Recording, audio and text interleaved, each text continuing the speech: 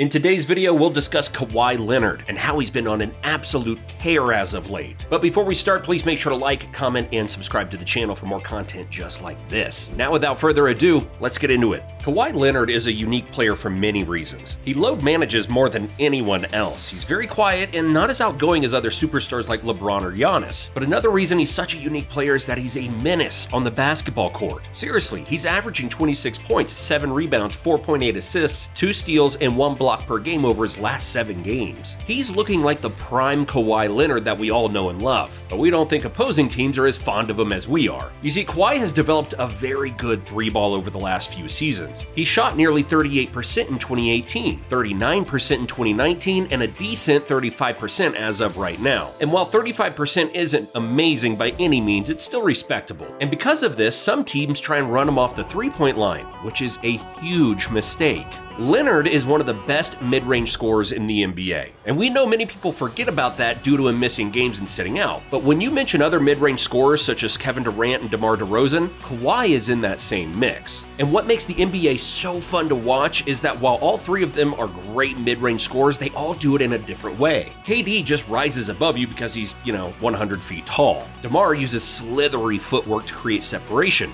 and Kawhi, he just sticks to the fundamentals. He rarely does a move in the mid-range that makes you go, wow. It's just basic fundamentals that he was taught at a young age. And that's why he's so effective. It's because it's so simple. He's very patient, and as soon as he feels he has enough space, he rises up. Right now, he's 9th in the NBA in shots within 15 to 19 feet, and he's shooting 48% on nearly 3 attempts per game. And he's even 12th in the NBA in shots within 10 to 14 feet from the basket. And remember, he's doing all of this while missing about half the season. He's like a modern-day Michael Jordan from the mid-range, basically. Even though Jordan was more of a slasher earlier in his career because he could just jump out of the gym and finish through contact with phenomenal body control. But as he aged, Jordan realized ways in which he could carve out space on the block and in the low post and utilize an assortment of mid-range jumpers in the post. And of course, the late Kobe Bryant would come to pattern his game after MJ, adding some unique footwork to his offensive game in order to score over defenders. And also remember, Kobe Bryant actually worked out with Leonard before his one season with the Toronto Raptors. Bryant passed down his mid-range gifts to Leonard, and it clearly paid off.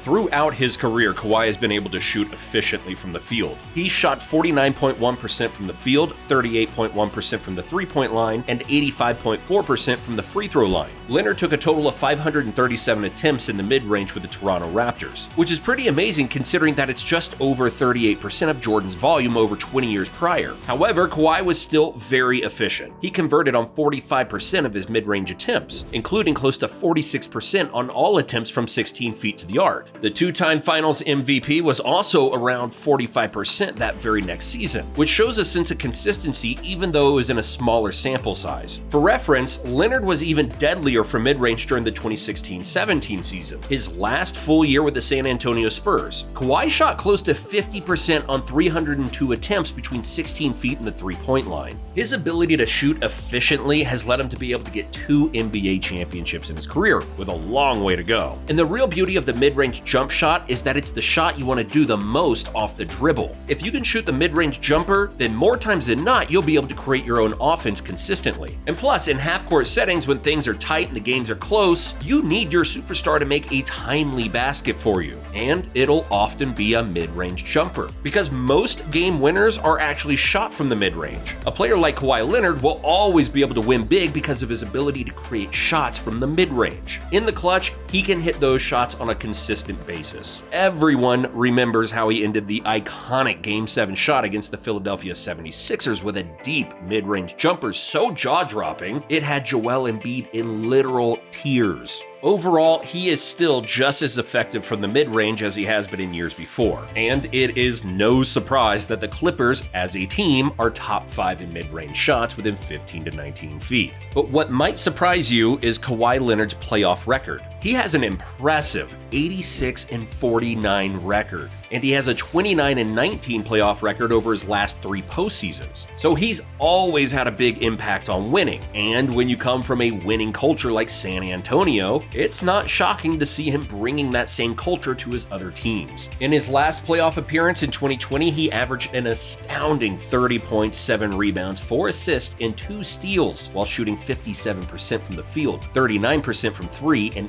88% from the free throw line. We think it is absolutely evident when a healthy Kawhi gets into the playoffs, he usually dominates. But of course, basketball isn't played 1-on-5, and he has to have teammates to help him along the way. And as of right now, we think he has a good enough supporting cast to compete with many teams in the NBA for a series, starting with, of course, Paul George, who was just named an NBA All-Star. Paul George is averaging 23 points, shooting 38% from 3 while playing pretty good on the defensive end as well. And he's one of the best co-stars you could ever have in today's NBA. He's great off the ball, he's unselfish, and he plays great defense. And plus, he's one of the best natural scorers in the league. And although they are thin at the point guard spot, they have solid options, including Terrence Mann, who's not really a natural point guard, but he's decent. But Reggie Jackson is a very solid scoring point guard. And of course, John Wall, who's been injured. So honestly, since the Clippers got a good playmaking point guard, it will skyrocket their potential. Plus, they have a quality center in Ivica Zubac, and solid two-way players like Marcus Morris, Norman Powell, Nicholas Batum, and Robert Covington. So they have one of the more versatile defensive rosters in the NBA and can switch on everything. And of course, we can't forget to mention their sniper, Luke Kennard, who's shooting 45% from deep on nearly 4 attempts per game. So they have all of the pieces and great coaching. Now, all they need is for Kawhi and Paul George to just stay healthy and produce at a high level. But now that we've mentioned his supporting cast, his great mid-range scoring, and ability to win big playoff games, now let's shift our focus to the other end of the court, defense. Everyone knows Kawhi Leonard, aka the Claw, is one of the best defenders of all time. And although he hasn't been a Defensive Player of the Year candidate his last few seasons, mainly due to his increased offensive load, he's still a really good defender, even after all of the injuries. For one, he has some of the best hands in the NBA. Not only are they humongous, but the way he uses his hands to disrupt opposing players is a thing of beauty. It's impossible just to lazily float a pass in his vicinity. He has unreal anticipation and ball skills, and he fits perfectly with the Los Angeles Clippers' swarming defense. They're currently ranked 8th in team defensive rating, and because of his ability to use his hands and play the passing lanes, it makes him a terrific off-ball defender. And his 2 steals and 1.4 blocks per game over his last 5 games is proof of that. And while he's not the on-ball defender that he used to be, he's still one of the last guys you want guarding you. His size, length, and unmatched defensive IQ puts him in a league of his own.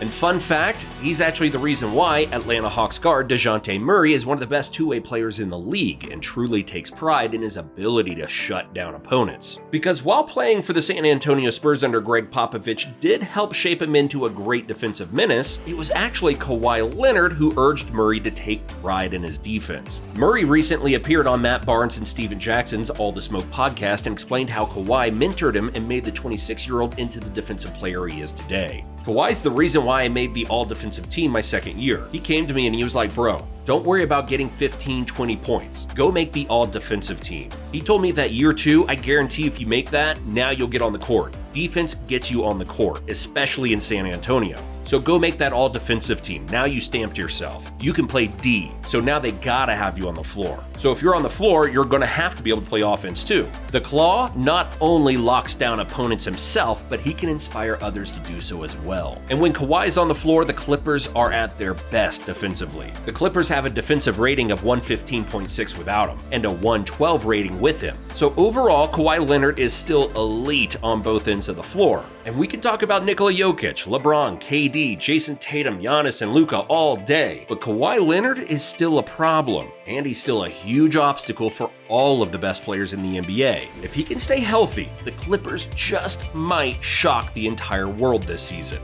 Thanks for watching, and we'll see you in the next one.